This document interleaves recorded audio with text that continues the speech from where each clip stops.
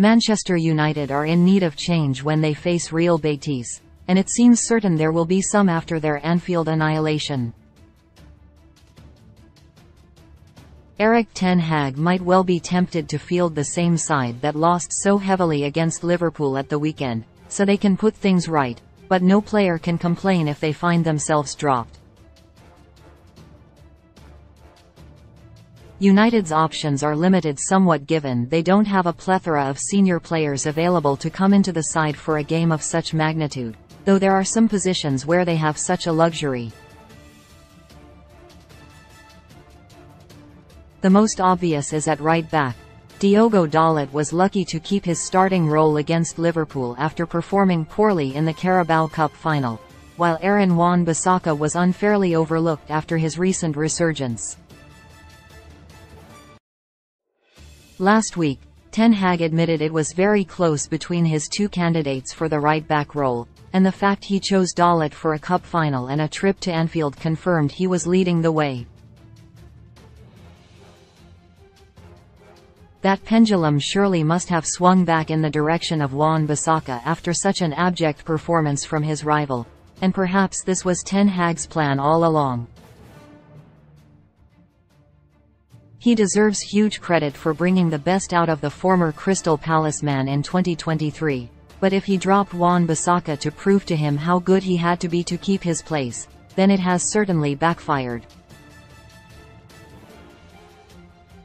It's understandable why Dalot was rewarded with a Wembley start, given how well he started the season, but places should be decided on form, and that was certainly not the case against Liverpool. Wan-Bissaka was one of those players who was surplus to requirements last summer, but was not an appealing option to any suitor as United looked to recoup as much of the £50 million they spent on him in the first place. The 25-year-old is still not performing at a level high enough for such a valuation, though he has certainly proven he still has lots to offer and has made a case for that to be at Old Trafford.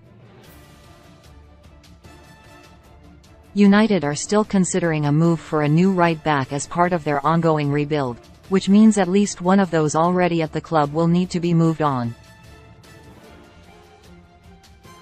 It had seemed certain Dalot would be the one to stay with Wan-Bissaka sold, and while that is still the most likely outcome, there is an argument to flip it on its head instead. The Portuguese was bordering on world-class form earlier in the season, but even then there was still some marked room for improvement. It begs the question, if he has still not performed consistently as a complete fullback in nearly 5 years at the club, is he really worth persisting with going forward? It is the same argument against Wan-Bissaka too, who was a clear improvement on what they had when he arrived but stagnated and regressed before his resurgence following the World Cup. There are clear concerns regarding both full-backs with regard to their long-term suitability at the club, though with a limited budget there is only room to replace one of them this year. That decision will in part be influenced by what type of fullback Ten Hag wants to add to his squad, though there is an expectation they will target one in the modern mold who almost acts as an additional playmaker in possession.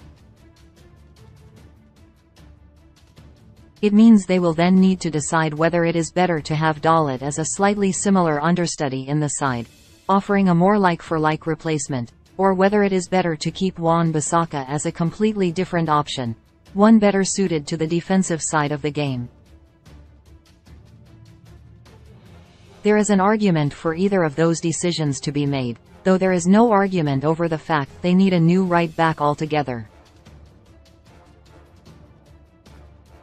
United are in need of an immediate change at right back. They might need a permanent one too.